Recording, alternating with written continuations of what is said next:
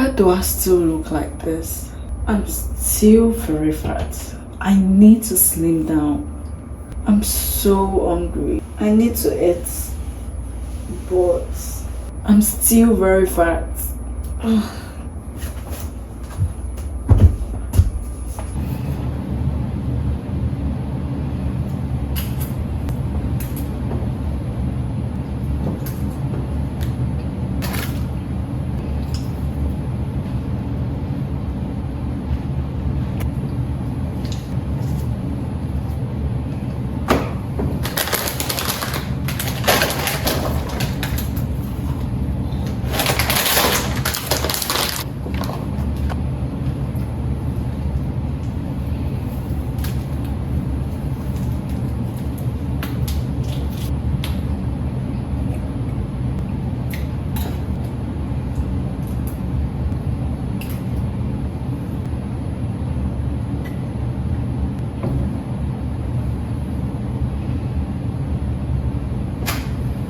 I feel full now.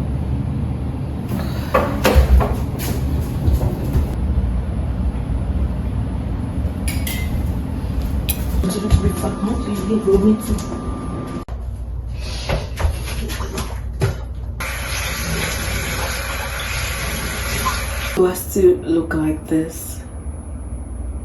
I'm still very fat. Hi Judith, it's really good to meet you. Thank you for showing up today. How are you feeling right now? I'm okay, just a bit nervous. That's completely understandable. Starting therapy can feel a little uncomfortable at first. But take your time. This is a safe space. What made you decide to book this section? I want to lose weight. I've been trying for a while, but I feel like I'm not getting the results I want. Lose weight? Do you really need to lose weight? Yes, I desperately want to lose weight. I want to be like my friends, all looking pretty with beautiful shapes, and they seem to attract the right male and female friends.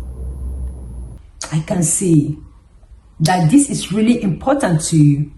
Can you tell me more about what the results you want look like? I want to look like other girls my age, you know, like the one who look like beauty queens. They're slim, perfect, confident. It sounds like you have been comparing yourself to others and feeling like you don't quite measure up. Yeah, I feel like I'm not good enough unless I look like that, and this is affecting my confidence and self-esteem, and it's also making me feel depressed. That must feel heavy. Thank you for being honest about that. It takes courage. Can I ask you, has anyone ever told you that you are overweight? No, actually, people say I'm fine, but I don't believe them. Even though others see you as healthy, there's a part of you that still feels dissatisfied. What do you think that part is afraid of? Maybe that I won't be accepted or admired. That makes a lot of sense. Wanting to be accepted and valued is something we all share. But I'm curious, do you think your worth is truly determined by how closely you match those beauty standards? I guess not, but I feel like it is. Feelings can be very powerful, even when they don't reflect the full truth. Let's gently explore that. Think about someone you admire deeply. What makes them special to you? They are kind, confident, and they make others feel good. That's beautiful. Notice how none of those qualities are about body size or appearance. What does that tell you? That maybe there's more to a person than how they look. Exactly. Can you tell me, what are some qualities you have that others admired? I'm a good listener. My friends say I'm supportive. Those are incredible strengths, Judith. The way you show up for others matters deeply. Do you think changing your body will make those qualities stronger? No, I guess not. Right. So perhaps the goal isn't to shrink your body, but to grow your confidence and self-acceptance. How does that idea feel? It feels better, like I don't have to keep fighting myself.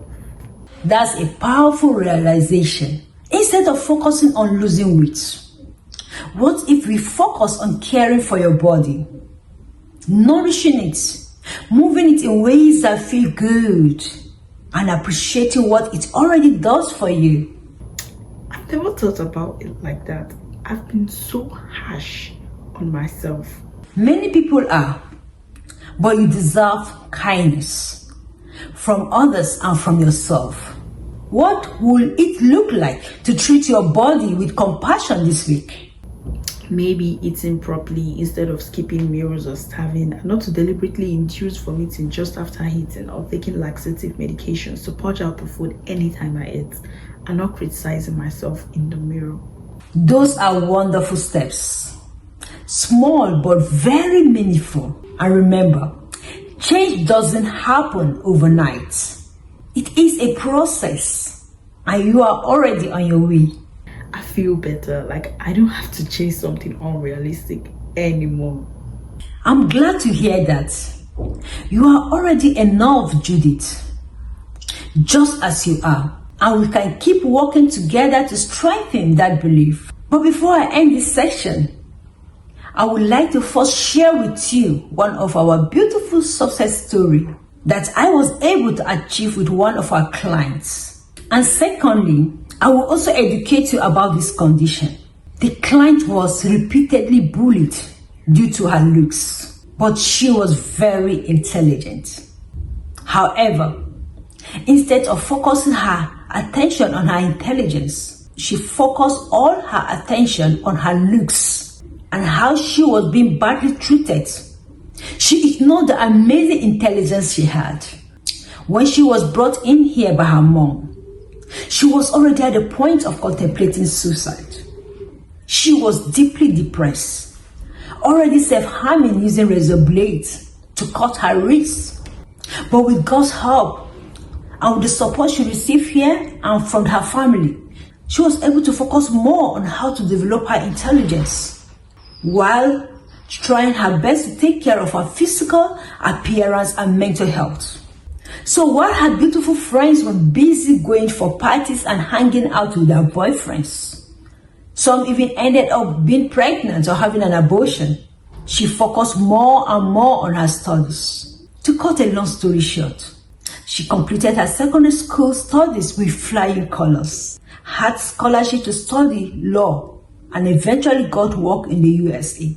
None of her classmates had the physical and financial success she had. She eventually got married to her Prince Charming, had 3 lovely kids, and a well-paying job. So regarding what you are currently expressing, it is known as Bulimia Nervosa, which is an eating disorder characterized by a repeated cycle of binge eating, that is, consuming large amounts of food in a short time, often with a sense of loss of control, then followed by compensatory behaviors such as self-induced vomiting, misuse of laxatives, fasting, or excessive exercise to prevent weight gain. People with bulimia nervosa often place a high value on body shape and weight, and their self-esteem is strongly tied to this. Bulimia nervosa can seriously affect both physical and mental health. Physical health risks include electrolyte imbalance, dehydration, damage to teeth and gums from stomach acid, sore throat, swollen salivary glands, gastrointestinal problems, and hormonal disturbances, for instance, irregular periods. And then psychological risks include anxiety and depression, shame, guilt, and low self-esteem, increased risk of self-harm or suicidal thoughts. So you see, Judith, this habit will be very harmful to you eventually. But I'm glad you've decided to stop this habit. You have any question? No, Vera. Thank you so much. So before I conclude, let's read the Bible. Let's read Psalm 139 verse 14. It says, I will praise thee, for I am fearfully and wonderfully made. Marvelous are thy works, and that my soul knoweth right well. Judith, you are already wonderfully made, and your worth is not defined by appearance or comparison. Walk in self-acceptance, knowing you do not need to change your body to be valuable. Do you have something to say? Okay? You are welcome. Bye. Bye.